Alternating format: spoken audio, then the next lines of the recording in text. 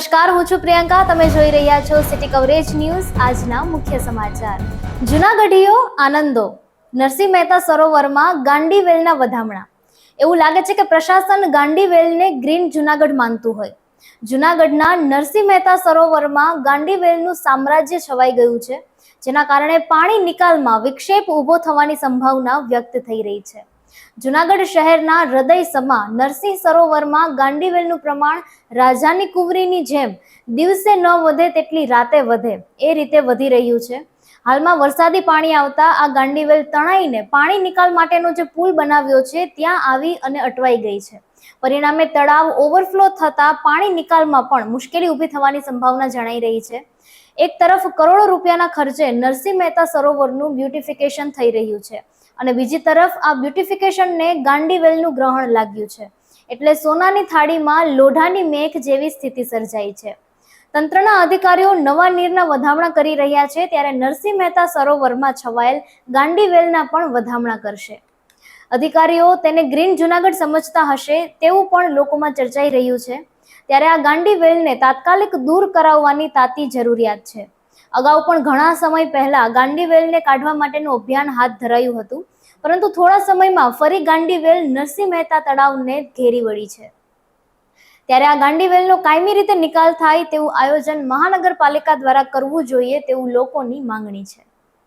ભેસાણમાં ભૂગર્ભ ગટરમાં અંદર ઉતરી સફાઈ કરતા વ્યક્તિનો વિડીયો વાયરલ થતા તંત્રમાં દોડધામ મચી ગઈ છે. જિલ્લા કલેક્ટરે સમાજ કલ્યાણ અધિકારીને તપાસ કરવા માટે આદેશ આપ્યા. ભેસાણ ગામે કોઈ પણ પ્રકારના સેફટીના સાધન વિના ભૂગર્ભ ગટરની સફાઈ કરતા વ્યક્તિનો વિડીયો વાયરલ થયો છે. આ વિડીયો વાયરલ થતા તંત્રમાં દોડધામ મચી જવા પામી છે. જિલ્લા વહીવટી તંત્રએ વિડીયોની બહુ ગંભીરતાથી નોંધ લીધી છે. જૂનાગઢ જિલ્લા કલેક્ટર અનિલ કુમાર રાણાવસિયાએ તાત્કાલિક તપાસ કરવા માટે જિલ્લા સમાજ કલ્યાણ અધિકારીને સૂચના આપી છે. ત્યારે હવે આ રીતે ભૂગર્ભ ગટરમાં સફાઈ કરવા માટે ઉતરવા તે વ્યક્તિને કોણે પ્રેશર કર્યું હશે કે કોના કહેવાથી તે વ્યક્તિ ગટરમાં સેફટી વગરના સાધન સાથે સફાઈ કરવા માટે ઉતર્યો તે અંગે તપાસનો ધમધમાટ શરૂ થઈ ગયો છે. દિલ્હીમાં પ્રદૂષણનું પ્રમાણ ઘટાડવા માટે 10 વર્ષ જૂના ડીઝલ તથા 15 વર્ષ જૂના પેટ્રોલ CNG વાહનો પર પ્રતિબંધ લગાવવામાં આવ્યો હતો, જે હેઠળ સરકારે આવા વાહનોને ઈંધણ ન આપવા તથા દંડ વસૂલવાની સાથે સાથે વાહન જપ્ત કરી લેવાના આદેશ આપ્યા હતા. જોકે નીતિ લાગુ થયાના ત્રીજા જ દિવસે સરકારે યુટર્ન લીધો છે.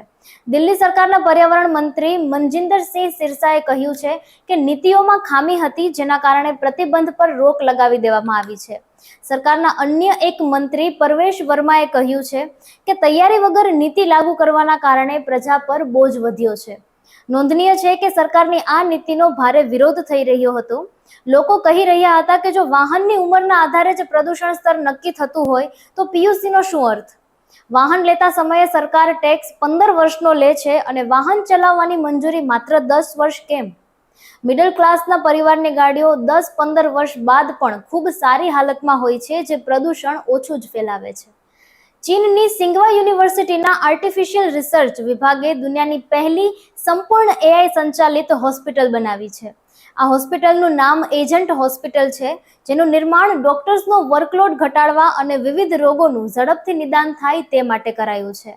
આ સંશોધકોએ બનાવેલી વર્ચ્યુઅલ હોસ્પિટલમાં 14 AI એટલે કે રોબોટિક ડોક્ટર્સ અને 4 નર્સ છે. આ રોબોટિક ટીમ 24 કલાકમાં 3000 દર્દીની સારવાર કરવાની ક્ષમતા ધરાવે છે. આ કારણસર દર્દીઓને હ્યુમન ડોક્ટર્સની એપોઇન્ટમેન્ટ વખતે જોવી પડતી રાહમાંથી મુક્તિ મળી ગઈ છે. જે સમય લાગતો હતો એમાંથી રાહત મળશે અને ઝડપથી સારવારનો વિકલ્પ ખુલશે. આ હોસ્પિટલના રોબોટિક ડોક્ટર અને નર્સ રોગોના લક્ષણો ઓળખવાથી માંડીને સચોટ નિદાન, સારવાર અને રોગમાંથી બહાર આવ્યા પછી દર્દીનું ફોલોઅપ લેવું એ બધા જ કામ સહેલાઈથી કરી શકે છે. જોકે યુનિવર્સિટીએ સ્પષ્ટતા કરી છે કે AI ડોક્ટર હ્યુમન ડોક્ટરને રિપ્લેસ ના કરી શકે, પરંતુ તેમને મદદરૂપ જરૂર થઈ શકે.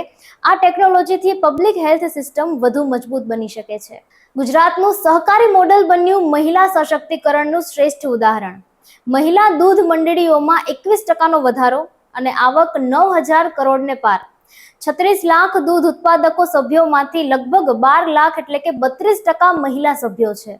2025માં વિવિધ મિલ્ક યુનિયન બોર્ડમાં 82 ડિરેક્ટર્સ તરીકે 25% મહિલા સભ્યો. રાષ્ટ્રપતિ ભવનમાં આયોજિત એક સમારોહમાં રાષ્ટ્રપતિ દ્રૌપદી મુર્મુએ દુરાંદ કપ 2025ની ટ્રોફીનું અનાવરણ કર્યું. તેમણે કહ્યું કે આવા કાર્યક્રમો માત્ર રમતગમતની ભાવનાને પ્રોત્સાહન આપતા નથી, પરંતુ યુવાનોને ફૂટબોલમાં પ્રગતિ કરવા માટે એક પ્લેટફોર્મ પણ પૂરું પાડે છે.